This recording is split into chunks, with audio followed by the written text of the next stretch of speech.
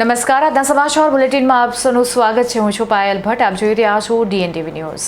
તો સમાચારની શરૂઆત કરીએ સૌપ્રથમ હેડલાઇન્સથી. વડોદરાના હાથીખાના ટેકરા વિસ્તારમાં ફાયરિંગથી ચકચાર.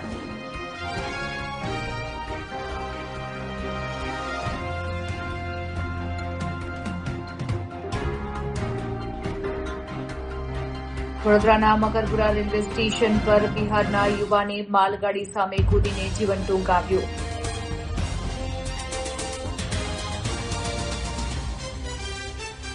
વડોદરામાં CID ક્રાઇમનો મોટો સપાટો. બંધ મકાનમાંથી લાખોનો ગાંજો ઝડપાયો. અકોટા પોલીસની કામગીરી સામે સવાલો. હવે જોઈએ સમાચાર વિગતવાર. વડોદરાના હાથીખાના ટેકરા વિસ્તારમાં ફાયરિંગની ઘટના બનતા જ વિસ્તારમાં અફરાતફરી મચી ગઈ હતી. ત્યારે આ બનાવમાં કુંભારવાડા પોલીસે એક આરોપીની અટકાયત કરી છે. વડોદરાના હાથીખાના ટેકરા વિસ્તારમાં ફાયરિંગની ઘટના બનતા ચકચાર મચી ગઈ છે. ત્યારે કુંભારવાડા પોલીસે આરોપીની અટકાયત કરી છે. ગોળીબારની આ ઘટનાને પગલે સ્થાનિક રહીશોમાં ગભરાટ અને ભયનો માહોલ ફેલાયો હતો. મળતી માહિતી મુજબ આ વિસ્તારમાં 3 વ્યક્તિઓને નિશાન બનાવીને અંધાધૂંધ ગોળીબાર કરવામાં આવ્યો હોવાની ચર્ચા વહેતી થઈ છે. ફાયરિંગનો અવાજ સંભળાતા જ આસપાસના લોકોના ટોળા ઘટના સ્થળ ઉપર એકત્રિત થઈ ગયા હતા. આ ઘટનાની ગંભીરતાને ધ્યાનમાં રાખીને કુંભારવાડા પોલીસનો ઉચ્ચ અધિકારીઓ સહિતનો કાફલો તાત્કાલિક સ્થળ ઉપર દોડી આવ્યો હતો અને પરિસ્થિતિ પર કાબૂ મેળવ્યો હતો. પોલીસે ત્વરિત કાર્યવાહી હાથ ધરીને આ ગુનામાં સંડોવાયેલા આરોપીઓને રાઉન્ડ અપ કરીને ડિટેન કરી લીધા હોવાની સત્તાવાર માહિતી આપી છે. પોલીસ દ્વારા હાલ ઘટના સ્થળેથી FSLની મદદથી પુરાવા એકત્રિત કરવાની કામગીરી શરૂ કરવામાં આવી છે. આ સાથે જ આસપાસના વિસ્તારમાં લાગેલા CCTV ફૂટેજ મેળવવામાં પણ આવી રહ્યા છે. પોલીસ અધિકારીઓના જણાવ્યા મુજબ આ ફાયરિંગ પાછળનું સાચું કારણ શું હતું તે અંગે તમામ પાસાઓની ગંભીરતાપૂર્વક તપાસ ચાલી રહી છે અને પૂછપરછ બાદ સમગ્ર હકીકત બહાર આવશે.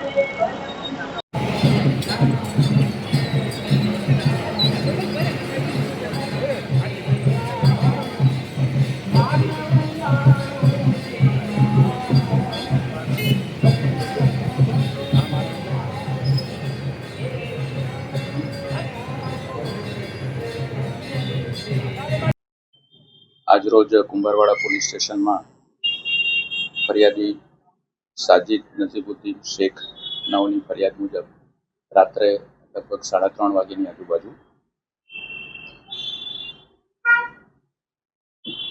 કુંભારવાડા રામરાજ હોટલની નીચેના ઢાળમાં ખાંચામાં એક ફાયરિંગની ઘટના બનેલ, જેમાં ફરિયાદીએ જણાવેલ કે સુફિયાન સિકંદર ખાન પઠાણ અને તેના અન્ય સાથીઓએ ફરિયાદી ઉપર ફાયરિંગ કરે. આ ફાયરિંગ તેઓએ જૂની અંગત અદાવતના કારણે કરે, જેથી પોલીસ દ્વારા તાત્કાલિક સ્થળ ઉપર પહોંચી જઈને કાર્યવાહી કરવામાં આવે અને ફરિયાદીની ફરિયાદ લેવામાં આવે અને તપાસ કરવામાં આવે અને હાલ આરોપીને શોધી કાઢવામાં આવેલ છે, ડિટેન કરવામાં આવેલ છે અને તપાસ હાલ ચાલુ છે. 3:30 વાગ્યાનો આ બનાવ છે. અમે એક ભાઈને હોસ્પિટલ લઈને જતા હતા કે તો આ લુખ્ખાઓ ત્યાં રિક્ષાના પાછળ બેસેલા હતા. ગઈકાલે એક દિવસ અગાઉ પહેલાં એક થોડું મચાણ થયું હતું. ત્યાં પાછળ હરિજન વાસ્તે ત્યાં પથ્થરો રાતે મારીને આ લોકો હેરાનગતિ કરતા હતા. બધા અવર જવરવાળાને બહુ હેરાન કરે, છોકરીઓને છેડતીઓ પણ કરે છે અહીં બેસીને, ને નશામાં એકદમ દૂધી રહી છે આ લોકો. ને એને ફોના પર એ લોકોનો કોઈ ધંધો પણ ચાલુ રહે છે, એમડીનો ધંધો છે. ને અગાઉ ગુનામાં ગુસ્સી ટોપમાં પણ પકડાયેલો છે. એને કંઈ ખોફ નથી કાયદાથી, એવું કોઈ ખોફ નથી. આ નીચે ટેકરા ઉપર આપણે હાથીખાના મંસૂરી કબ્રસ્તાનની નીચે જે ટેકરા છે એ ઢલાન છે, એ ઢલાનની નીચે સામે પોલીસ સ્ટેશન આવ્યું છે. હા, નજીક પોલીસ સ્ટેશન છે. હાલાકે પોલીસવાળાએ આવીને બધા કાર્યવાહી કરીને ગયા. પોલીસવાળા ઓન ધ સ્પોટ આવી ગયા, એ બધી સારી રીતે કાર્યવાહી કરી. આટલા સમય ત્યાં ચાલુ પોલીસના ધ્યાનમાં નથી શું? ના, પોલીસ આવે ત્યારે આ લોકો ભાગી જાય છે. પોલીસ જાય એટલે ત્યાં આવીને બેસી જાય છે. એટલે બહુ માનસિક ત્રાસ કરી નાખ્યું હતું. બધા આવતા જતા લોકો પણ બહુ હેરાન થઈ ગયા હતા. શું થયેલું શું એટલે તમારી જોડે? માં એ જ બાબતે કે ભાઈ અહીં બેસવાનું તમે બંધ કરો, આ રહે છે બીજી જગ્યા, અહીં આવીને બેઠક કરે છે, અહીં નશોનો વેપાર કરે છે આ લોકો. ઓર આવતા જતા લોકોને એમ લુખ્ખાગીરીઓ કરે છે. બિલકુલ બધાના ઉપર કેસ છે. ને આ લોકો છે કે બોલે ભાઈ અમે અહીંયા જ બેસીશું, તમારે જે થાય એ કરી લો. આપણે કહેવા ગયા તો આ બાબતે ગઈકાલે મગજમારી થઈ. એ મગજમારીની અદાવતમાં આ ફાયરિંગ કરી. કોણ છે તમારું નામ ખબર છે? મારું એ ભાઈનું સુફિયાન અલ્લાહ છે. બકરી ચોરાવતેલો પહેલાં, હમણાં બાઈગીરીનું વેમ આવી ગયું. પોલીસ ફરિયાદ કરી તમે? હા, પોલીસ ફરિયાદ કરી છે. વડોદરાના જેતલપુર દિનેશ મિલ પાસેના એક બંધ મકાનમાંથી લાખો રૂપિયાનો ગાંજાનો જથ્થો સીઆઈડી ક્રાઇમે ઝડપી પાડ્યો છે, ત્યારે અકોટા પોલીસ ઊંઘતી ઝડપાઈ છે. ચોક્કસ બાતમીના આધારે સીઆઈડી ક્રાઇમની ટીમે જેતલપુર દિનેશ મિલ પાસે આવેલા વાત્સલ્ય ફ્લેટના મકાન નંબર 101માં દરોડો પાડ્યો હતો. આ બંધ મકાનમાંથી પોલીસને મોટા પ્રમાણમાં વનસ્પતિજન્ય માદક પદાર્થ ગાંજાનો જથ્થો મળી આવ્યો હતો. પોલીસે ઘટના સ્થળેથી ગાંજાનો આ જથ્થો અને રોકડા રૂપિયા મળીને કુલ 89,69,000નો મુદ્દામાલ કબજે કર્યો છે. પ્રાથમિક તપાસમાં સામે આવ્યું છે કે આ મકાનમાં શાહિદ ખાન પઠાણ નામનો વ્યક્તિ રહેતો હતો, જે હાલ વોન્ટેડ જાહેર થયો છે. સીઆઈડી ક્રાઇમે આ સમગ્ર મામલો અને મુદ્દામાલ આગળની કાર્યવાહી માટે અકોટા પોલીસને સુપ્રત કર્યો છે. પોલીસ હવે એ દિશામાં તપાસ કરી રહી છે કે આટલી મોટી માત્રામાં ગાંજો ક્યાંથી લાવવામાં આવ્યો હતો અને તે કોને સપ્લાય કરવાનો હતો. આ હાઈ પ્રોફાઇલ દરોડા બાદ સ્થાનિક પોલીસની કામગીરી સામે ગંભીર સવાલો ઉભા થયા છે.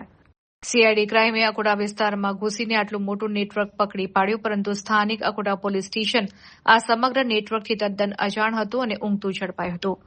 પોતાના જ વિસ્તારમાં ચાલતા નશાના આટલા મોટા કારોબારની સ્થાનિક પોલીસને ગંધ સુદ્ધા ન આવી, જેને પગલે હવે અકોટા પોલીસ સ્ટેશનની કામગીરી અને પેટ્રોલિંગ સામે અનેક આશંકાઓ અને સવાલો ઉભા થઈ રહ્યા છે. વડોદરાના મગરપુરા રેલવે સ્ટેશન પર બિહારના એક યુવાને માલગાડી સામે પડતો મૂકીને જીવન ટૂંકાવી દેતા ચકચાર મચી ગઈ છે, ત્યારે પોલીસે આ દિશામાં વધુ તપાસ હાથ ધરી છે. મળતી માહિતી અનુસાર ટ્રેનની અડફેટે આવી જતા યુવાનનું ઘટના સ્થળ પર જ કરુણ મોત થયું હતું. ઘટનાને પગલે આસપાસના લોકો અને રેલવે સ્ટાફ દોડી આવ્યો હતો. આ મામલે તુરંત જ રેલવે પોલીસને જાણ કરવામાં આવી હતી. રેલવે પોલીસે ઘટના સ્થળે પહોંચીને તપાસ હાથ ધરતા મૃતક યુવાનની ઓળખ રવિ કુશવાહા તરીકે થઈ છે. પ્રાથમિક તપાસમાં સામે આવ્યું છે કે મૃતક રવિ મૂળ બિહારના રૂહુ ગામનો રહેવાસી હતો અને વડોદરા ખાતે રોજીરોટી કમાવવા તેમજ નોકરી અર્થે આવ્યો હતો. યુવાને કયા કારણોસર આ આત્યંતિક પગલું ભર્યું તે અંગેનું કારણ હાલ અકબંધ રહ્યું છે. આર્થિક સંકળામણ, માનસિક તણાવ કે અન્ય કોઈ અંગત કારણ જવાબદાર છે તે દિશામાં પોલીસ તપાસ કેન્દ્રિત કરી રહી છે. રેલવે પોલીસે મૃતદેહનો કબજો મેળવીને તેને પોસ્ટમોર્ટમ અર્થે સિવિલ હોસ્પિટલ ખસેડ્યો છે અને તેના પરિવારજનોને ઘટના અંગે જાણ કરવા તજવીજ હાથ ધરી છે. પોલીસે અકસ્માત મોતનો ગુનો નોંધી આગળની કાયદેસરની કાર્યવાહી શરૂ કરી છે.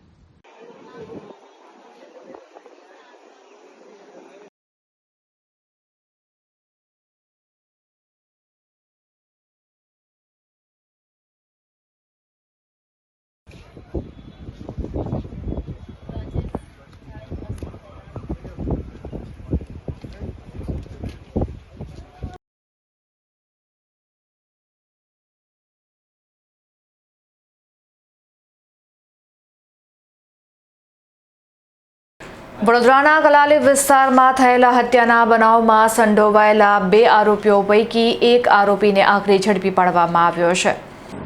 વડોદરાના કલાલી વિસ્તારમાં 28 વર્ષના આશાસ્પદ યુવાન ગિરીશ ભાલિયાની છરીના અસંખ્ય ઘા ઝીંકીને કરપીને હત્યા કરવામાં આવી હતી.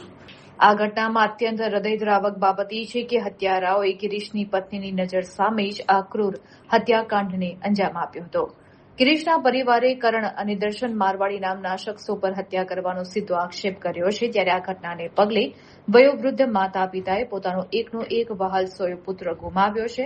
જ્યારે માસૂમ દીકરીએ પિતાની છત્રછાયા ગુમાવતા પરિવાર પર આભ તૂટી પડ્યો હતો.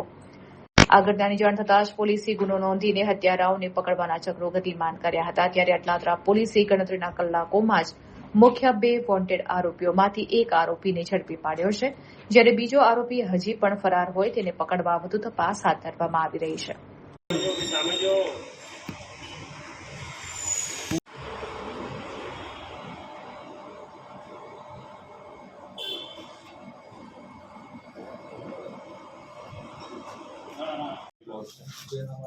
દર્શનના સાથે हाँ दर्शन ना था मोबाइल स्कैनिंग थे ये दिशा में पास करने के बाद क्या होता है उसे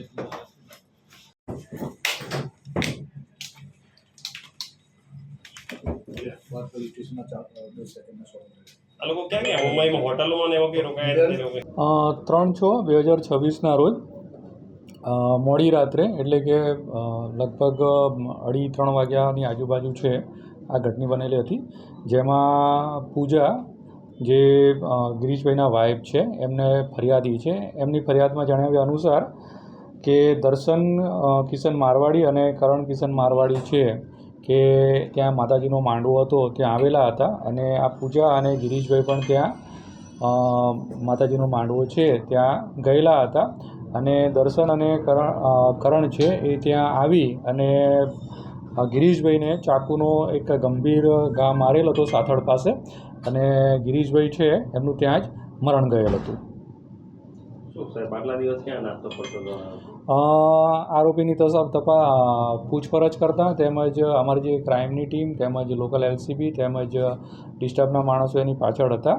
તો આરોપીના જણાવ્યા મુજબ કે એનું જે ટ્રેસિંગ થતું હતું કે પહેલાં શરૂઆતમાં એ પાદરા ભાગી ગયો, પાદરાથી પાછો ખોડિયારનગર ગયો, ખોડિયારનગરથી વાપી ગયો અને વાપીથી મુંબઈ ગયો હતો. ત્યાં અલગ અલગ જગ્યાએ રોકાયો હતો અને ત્યાંથી પછી પાછો એ નહીં થયું તો વડોદરા આવતું હતો તો વડોદરા કપૂરાઈથી અહીંયાથી અને ક્રાઇમ બ્રાન્ચની ટીમે પકડેલ છે. સર આમાં 2 આરોપીઓ છે. એક આરોપી હાલ પણ વોન્ટેડ છે પણ જે આ આરોપી છે આને કોઈ ગુનાહિત ઇતિહાસ છે? આ જે આરોપી છે દર્શન કિશન મારવાડી છે એના ઉપર અલગ અલગ પોલીસ સ્ટેશનમાં પ્રોહિબિશનના અલગ અલગ ગુનાઓ નોંધાયેલા છે. એટલે લિસ્ટેડ બુટલેગર છે? હા, લિસ્ટેડ બુટલેગર છે. જે દિવસ જે દિવસ આને આ મર્ડર કર્યું એ દિવસે નશાની હાલતમાં હતો? ના, એવા કોઈ પણ પુરાવા જે છે અમને મળેલ નથી ને આજુબાજુવાળાએ બી કોઈ બી જણાવ્યું કે નશામાં છે. બીજો આરોપી પકડાયો નથી? બીજો આરોપી છે આના જણાવ્યા મુજબ જે તે વખતે છે સુરત ઉતરી ગયો છે અને મારો રોલ નથી, હું પોલીસમાં હાજર થઈશ કે પોલીસમાં જઈશ એ રીતે કરીને ત્યાંથી ગયો છે. એને અમારી ડિસ્ટર્બની ટીમ, LCBની ટીમ અને ક્રાઇમ બ્રાન્ચની ટીમ છે એની પાછળ લાગેલી છે અને જલ્દીમાં જલ્દી આ જે બીજો આરોપી છે એને પકડી અને આગળની કાનૂની કાર્યવાહી કરવામાં આવશે. સર હત્યા કરવાનું કારણ શું? હત્યા કરવાનું કારણ એવું છે કે 29/4 આ લોકો આમના કોઈક દહેગામમાં સગા સંબંધીને ત્યાં લગ્નમાં ગયેલા હતા અને ત્યાં લગ્નમાં જતાં આ પૂજાબેન છે અને આ દર્શન છે એની વચ્ચે કોઈક બન્યું છે કે કંઈક છેડતી કરી છે પૂજાની. દર્શને આ પૂજાની છેડતી કરી હતી અને તે વખતે ત્યાં પણ ખાસી બોલાચાલી થઈ હતી અને એ પછી અહીંયા આવીને આ લોકોનો સમાજ છે, સમાજમાં આ દર્શનને આ લોકોએ માફી મંગાવડાવી હતી. અને એમાં એનું અપમાન થયેલું એવું લાગતું હોય એની અદાવત રાખી અને એણે જે તે દિવસે આ ગિરીશ છે એની હત્યા નિપજાવી પ્લાન છે. કરે તો મારવાનું એવું કંઈ પ્રી પ્લાન હતું? આ લોકો જે ચાકુ મળી આવેલ છે અને ત્યાં ગયા હતા, કેમ કે આ ગિરીશ અને પૂજા છે ત્યાં લગભગ 12:30 પછી ગયા હતા અને આ લોકો પછી ત્યાં પહોંચ્યા હતા 2 જણા. તો આગળની તપાસમાં ખ્યાલ આવી શકે કદાચ આ પ્રી પ્લાન પણ હોઈ શકે. આ જે હત્યા છે એ આખી કઈ રીતે કરવામાં આવી સર? આખી જે હત્યા છે એનો ઘટનાક્રમ કઈ રીતે આવે અંજામ આવે? હત્યાનો ઘટનાક્રમ આ જે ફરિયાદી છે એના જણાવ્યા મુજબ એવું કહે છે કે અમે લોકો 12:30ની આજુબાજુ છે ત્યાં માતાજીનો માંડવો છે ત્યાં ગયા હતા અને એ દરમિયાન પછીથી આ બંને પણ ત્યાં પહોંચ્યા હતા અને એમણે પાછળથી જ હુમલો કર્યો હતો અને ધારદાર ચપ્પુથી એને જાંઘમાં મારી દીધું હતું. નજરે જોનાર જે બંને જે છે ફરિયાદી અને બીજા એના પિતરાઈ ભાઈ હતા એનું કે ત્યાં અચાનક હુમલો કરી અને મૃત્યુ નિપજાવેલ છે. આમાં એકતરફી પ્રેમનું કારણ બની શકે? એકતરફી પ્રેમ હોય નહીં, એકતરફી પ્રેમનું એવું તેવું નહીં, પણ આ છેડતીનો બનાવ છે અમારી ધ્યાનમાં આવેલો છે.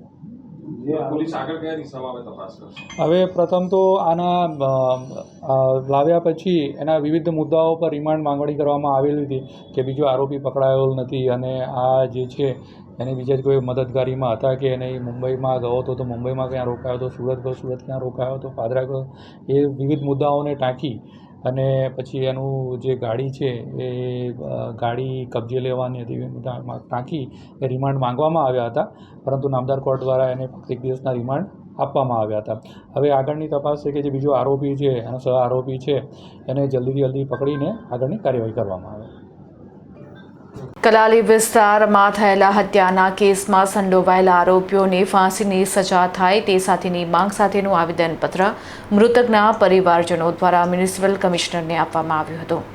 વડોદરાના કલાલી વિસ્તારમાં થોડા દિવસ અગાઉ થયેલી ગિરીશ ભાલિયાની ઘાતકી હત્યાના મામલે મૃતકના પરિવારજનોએ ન્યાયની માંગ સાથે વડોદરા શહેર પોલીસ કમિશનરને આવેદનપત્ર સુપ્રત કર્યું હતું. પરિવારે અટલાદરા પોલીસની કામગીરી સામે આક્રોશ વ્યક્ત કરતા તમામ આરોપીઓને વહેલી તકે ધરપકડ કરી કડક સજા કરવાની માંગ કરી છે. મળતી માહિતી મુજબ ગત 3 જૂન 2026ના રોજ કલાલી ગોકુળનગર પાછળ ખુલ્લા ગ્રાઉન્ડમાં માતાજીનો માંડવો યોજાયો હતો. મૃતક ગિરીશભાઈ અને તેમના પત્ની પૂજાબેન ત્યાં હાજર હતા. અગાઉ આરોપી દર્શન મારવાડીએ પૂજાબેનની છેડતી કરી હતી, જે અંગે સમાજનું પંચ મળતા દર્શને પોતાની ભૂલ સ્વીકારવી પડી હતી. આ બાબતની અદાવત રાખીને આરોપીઓ કાવતરું ઘડી આવ્યા હતા. માંડવાના સ્થળે આરોપી દર્શન મારવાડી અને કરણ મારવાડી 4 વ્હીલર ગાડી લઈને આવ્યા હતા અને ગિરીશભાઈ સાથે માથાકૂટ કરી ઝઘડો શરૂ કર્યો હતો. ત્યારબાદ દર્શન મારવાડી, કરણ મારવાડી, પન્નાભાઈ મારવાડી, રવિભાઈ મારવાડી અને આકાશભાઈ મારવાડીએ એક સંપ થઈ ગિરીશભાઈ પર તીક્ષ્ણ હથિયારો વડે જીવલેણ હુમલો કરી દીધો હતો. ગંભીર ઇજા થતા સારવાર દરમિયાન ગિરીશભાઈ ભાલિયાનું કરુણ મોત થયું હતું. હત્યામાં સંડોવાયેલા તમામ ગુનેગારોને તાત્કાલિક પકડીને ફાંસી જેવી કડક સજા કરવામાં આવે જેથી ભવિષ્યમાં કોઈ આવું કૃત્ય ન કરે.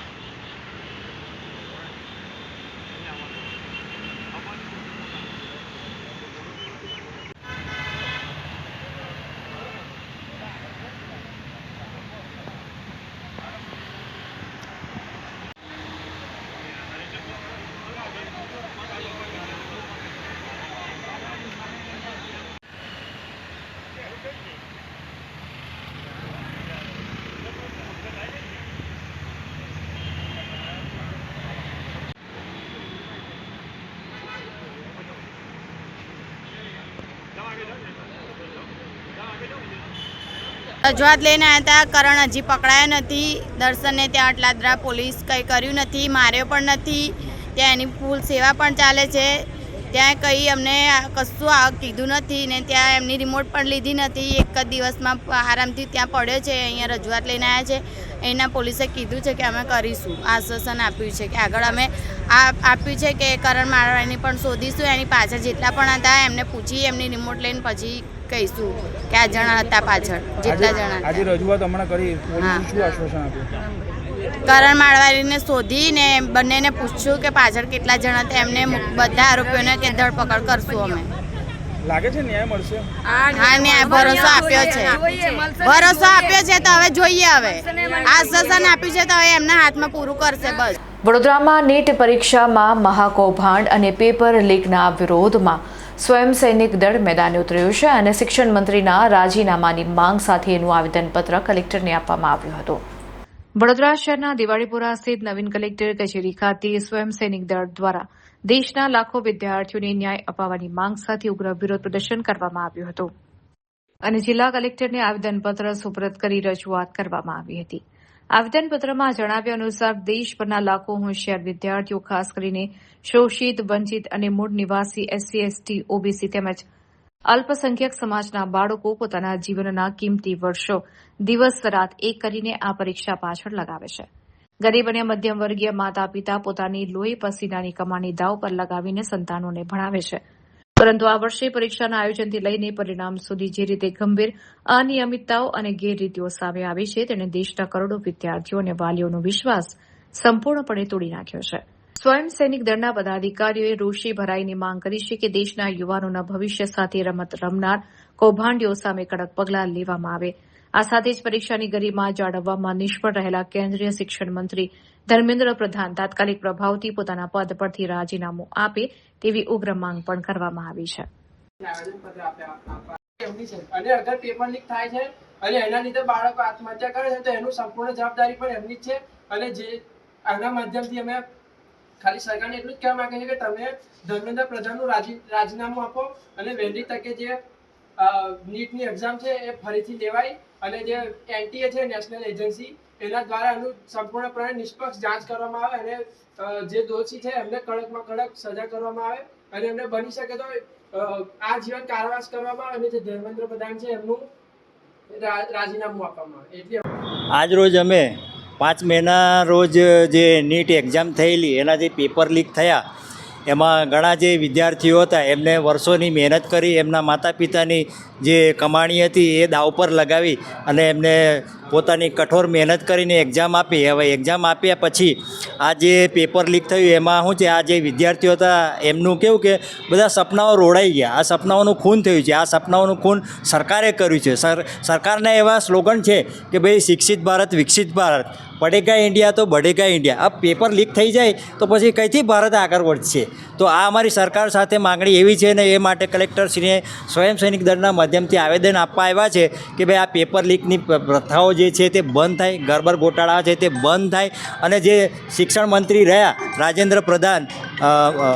ધર્મેન્દ્ર પ્રધાન એ રાજીનામું આપે એવી અમારી માંગ સાથે આજનું આવેદન કલેક્ટરશ્રીને આપવા આવ્યા છે. વડોદરાના નિઝામપુરા વિસ્તારમાં જન કલ્યાણ શિબિરનું આયોજન કરવામાં આવ્યું હતું, જ્યાં એક જ સ્થળેથી વિવિધ સરકારી યોજનાઓનો લાભ આપવામાં આવ્યો હતો. આ શિબિરનો મુખ્ય ઉદ્દેશ સામાન્ય નાગરિકોને સરકારની વિવિધ કલ્યાણકારી યોજનાઓનો લાભ એક જ જગ્યાએથી ખૂબ જ સરળતાથી મળી રહે તે માટેનો હતો.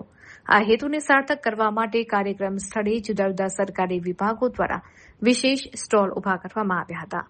આ ગરિમાપૂર્ણ કાર્યક્રમમાં વડોદરાના મેયર, મ્યુનિસિપલ કમિશનર, મહિલા અને બાળ વિકાસ મંત્રી મનીષાબેન વકીલ, સ્થાનિક ધારાસભ્ય તેમજ વિવિધ વોર્ડના કોર્પોરેટરો ખાસ ઉપસ્થિત રહ્યા હતા. મહાનુભાવોએ દીપ પ્રાગટ્ય કરીને શિબિરને ખુલ્લી મૂકી હતી અને સ્ટોલ્સની મુલાકાત લીધી હતી. આ શિબિરમાં અંદાજે 15 જેટલી અલગ અલગ સરકારી યોજનાઓને આવરી લેવામાં આવી હતી, જેમાં આરોગ્ય અને પરિવાર કલ્યાણ વિભાગ, ઉર્જા અને પેટ્રોકેમિકલ્સ વિભાગ, સામાજિક ન્યાય અને અધિકારીતા વિભાગ, મહિલા અને બાળ વિકાસ વિભાગ તેમજ શિક્ષણ વિભાગ જેવા મહત્વના વિભાગોએ સક્રિય ભાગ લીધો હતો. આ તમામ વિભાગોના અધિકારીઓએ સ્ટોલ પર આવતા લોકોને યોજનાઓની વિગતવાર માહિતી પૂરી પાડી હતી. આસપાસના વિસ્તારોમાંથી મોટી સંખ્યામાં લાભાર્થીઓએ આ શિબિરમાં ઉમટી પડ્યા હતા અને પોતાની પાત્રતા મુજબની યોજનાઓનો લાભ લેવા માટે ઓન ધ સ્પોટ નોંધણી કરાવી હતી.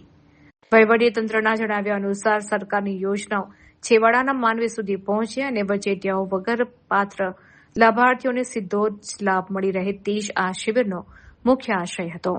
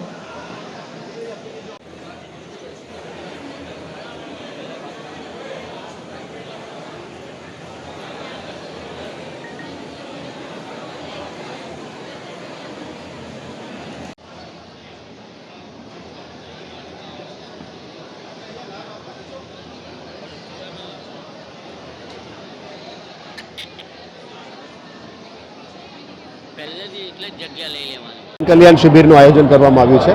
માન્ય રાજ્ય સરકાર તરફથી જે આપણને ગાઈડન્સ મળી રહ્યા છે એના લઈને જે પણ ડિપાર્ટમેન્ટની સુવિધાઓ આપણે પબ્લિકને સેવા પૂરું પાડવાના છે એમાં મોટાભાગમાં આયુષ્માન ભારત, જન કલ્યાણની કાર્યક્રમ સાથે સાથે મહિલા બાળ વિકાસ, હેલ્થ, સામાજિક ન્યાય અધિકારિતા, રેશન કાર્ડની વધારો સુધારો એ બધાનો અત્યારે કાર્યક્રમ લેવામાં આવ્યો છે.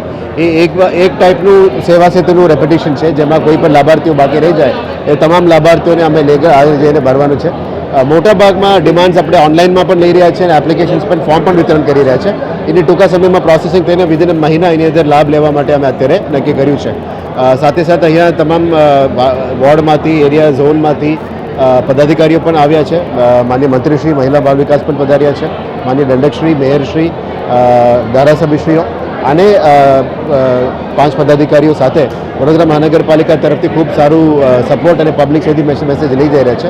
આવનારા દિવસોમાં આશા રાખી કે આવા શિબિરો જાતે કોર્પોરેશન પણ વધારે કરે, જેથી કરીને કલેક્ટર કચેરી, મામલતદાર કચેરી સાથે મળીને જેની સિટી વિસ્તારમાં જે પણ લાભાર્થીઓને લાભ આપવાનો છે એ પણ વધારે આપવાનું મહેનત કરીશું.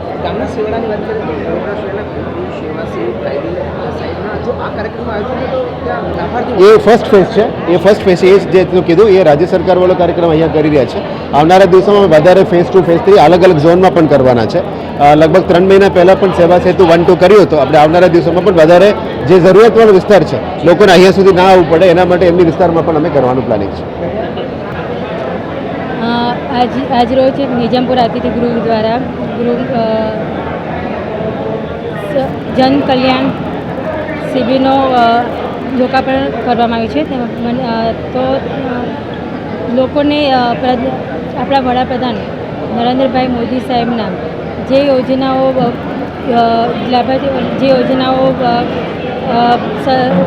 રાજ્ય સરકારને કેન્દ્ર સરકાર દ્વારા જે યોજના બહાર પાડવામાં આવી છે એનું જન સુધી લોકો સુધી પહોંચે એ હેતુથી અને 2047નું જે ધ્યેય છે એને સાકાર કરવાના ઉદ્દેશથી આ કાર્યક્રમનો યોજવામાં આવી રહ્યો છે. અને તેમાં આપણે માનનીય મંત્રી મનીષાબેનના હસ્તે આપણે એનું લોકાર્પણ કર્યું છે. અને અહીંયા વિવિધ યોજનાઓનો સમજાવવામાં આવી રહી છે અને જે જન લોકો સુધી પહોંચે એ હેતુથી અહીંયા. તો આ હતા અત્યાર સુધીના સમાચાર. વધુ સમાચાર સાથે ફરીથી મળીશું. ત્યાં સુધી મને રજા આપશો. નમસ્કાર.